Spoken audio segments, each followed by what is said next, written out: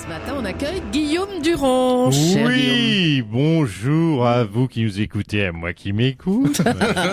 Ma chère Julie, chère Natacha. Oh, Jean-Marc Morandini est là. Déjà à l'heure. Je fais un vœu tous les jours.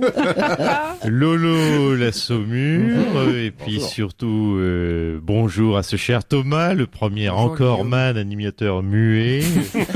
Premier animateur de radio en langage des signes. The Voice en Europe 1.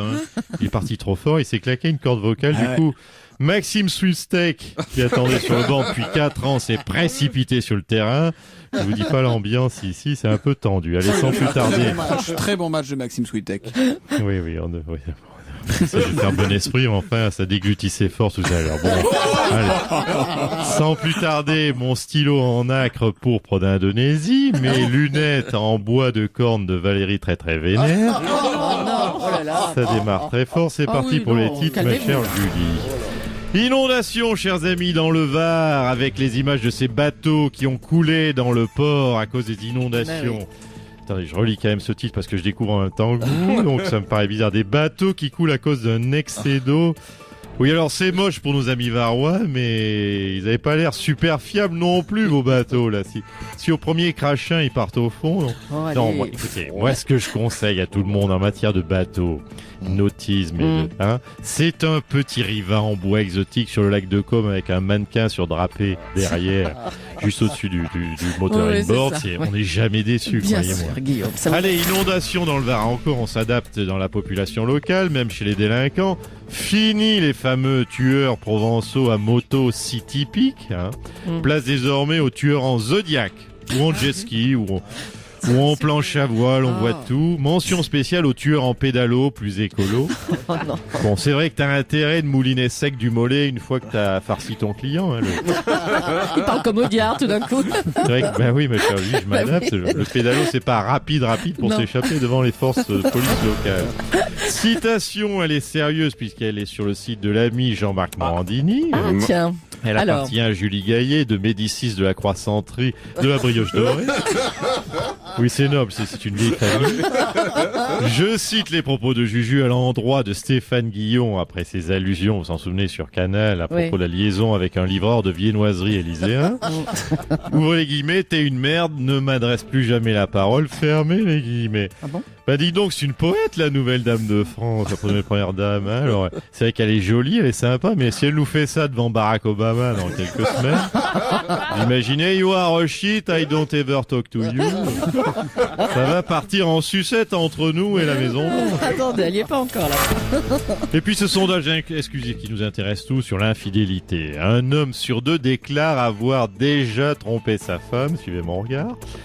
Ça signifie donc qu'un homme sur 2 est un salaud et que le deuxième est un menteur ou qu'il a des sérieux trous de mémoire.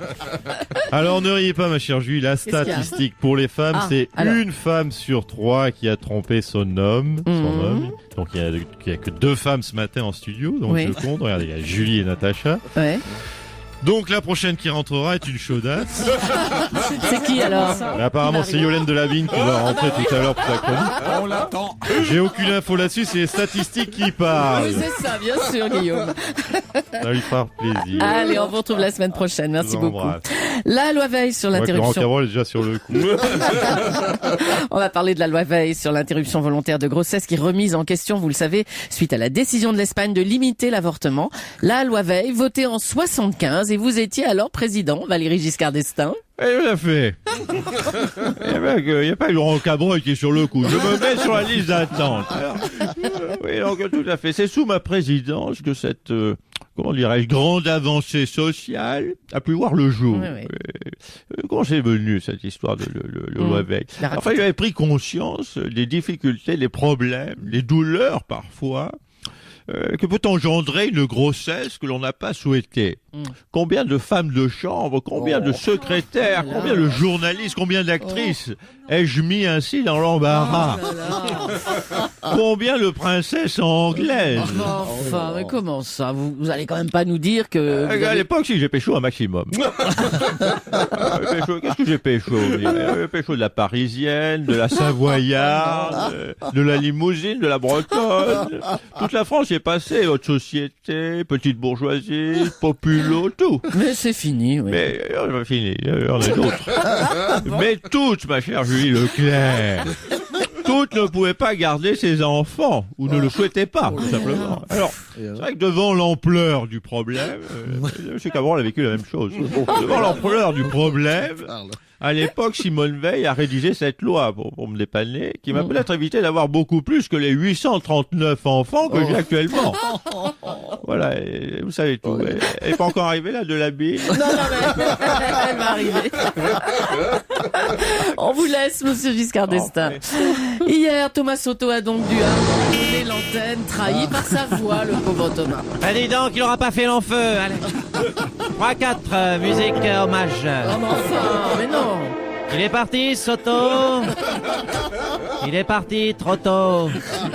Telle une Céline Dion se fendant la glotte sur un All by Myself. Ou une Amanda Lear se fendant la pomme d'Adam au théâtre. Il nous a quittés tout auréolé d'audiences himalayesques. Enfin, Frédéric, il est pas mort. Enfin, c'est juste une extinction de voix, voilà. Ah bon? Ben Bon, oui. tant pis. Je vous le facture pas et je l'archive pour la prochaine fois. C'est sympa, Frédéric. Sympa. Allez, François Hollande a amorcé un virage politique. On va en parler avec lui. Bonjour, monsieur le président. Ouais, bonjour. Alors, beaucoup d'observateurs se demandent, à l'instar du Figaro, mais où va-t-il? Écoutez, cela tombe bien que vous abordiez ce sujet. Bon. C'est une question que je me pose souvent. Où vais-je? Je ne cache pas que la réponse m'intéresse. Politiquement, j'ai encore quelques doutes parfois. Du coup, je vous le confie, j'ai acheté le Figaro. Déjà, ça m'a fait mal. Quand j'ai vu ce titre, où va-t-il? J'attendais une réponse. Je le lis. Et le Figaro ne répond pas à la question posée. Du coup, on sait toujours pas où qu'on va. Et 5 euros de foutu en l'air. Bah, bravo, la presse française. Alors, on le sait, Valérie Trierweiler passe sa convalescence à la lanterne. Est-ce qu'il est normal qu'elle soit hébergée là-bas alors qu'elle n'est plus officiellement, enfin on sait pas trop, première dame de France? Écoutez, les affaires privées restent du domaine privé. Mais je vais vous donner tout de même ma position. Je pense que c'est une attitude maladroite de sa part. Sur un plan personnel, je pense qu'on ne peut pas tout avoir. Parfois, il faut savoir faire des choix. On peut pas prendre ma vessie et après aller à la lanterne. Oh là là, bah oui, il fallait la faire. Ah bah bravo, monsieur Hollande, bravo. Manuel Valls l'a dit au micro de Jean-Jacques Bourdin, et je cite Manuel Valls, oui, il m'est peut-être arrivé de fumer un joint. Oh, maintenant, c'est le ministre de l'Intérieur qui se prend pour Pete Doherty, Pablo Escobar et Bob Marley réunis.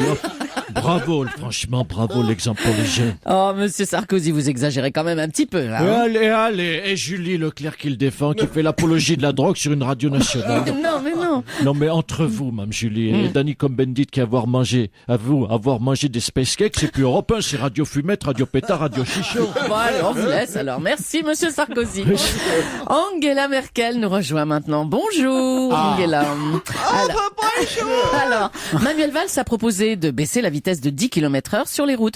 On passerait donc de 90 à 80 km/h. C'est sûr que quand on roule défoncé comme Manuel Valls, il faut mieux rouler doucement. Monsieur Sarkozy, mais c'est pas à vous qu'on posait la question, c'est à Angela Merkel. Ça c'est sûr, vous avez raison. Ça, pour parler voiture, il y a rien de mieux que demander à une grosse berline. Rebonjour, madame Merkel. Je ne peux plus le voir. Mon nouvel amour, c'est mon petit Kinder Soto. Kinder Soto qui est iPhone. Il est iPhone, c'est le nouvel iPhone 5. Humour de Francfort. Dis donc. Il était complètement à fond. Hier, c'était la bonne occasion pour moi de lui dire tu as envie de moi. Et comme il ne répond pas, qui ne dit mot comme ça. Ah, dis donc, c'est malin ça, Angela. Alors, la vitesse limitée à 80 km/h, ça vous inspire quoi, Angela? 80 km/h en France. Ça va, 80 km/h, une Clio. Et une Kangoo, ça dépasse les 70 km/h. Je ne savais pas que vos bolides roulaient si vite. Vous n'avez pas les problèmes que nous connaissons, nous, d'avoir des voitures de qualité. Des Porsche, des BMW, des Mercedes.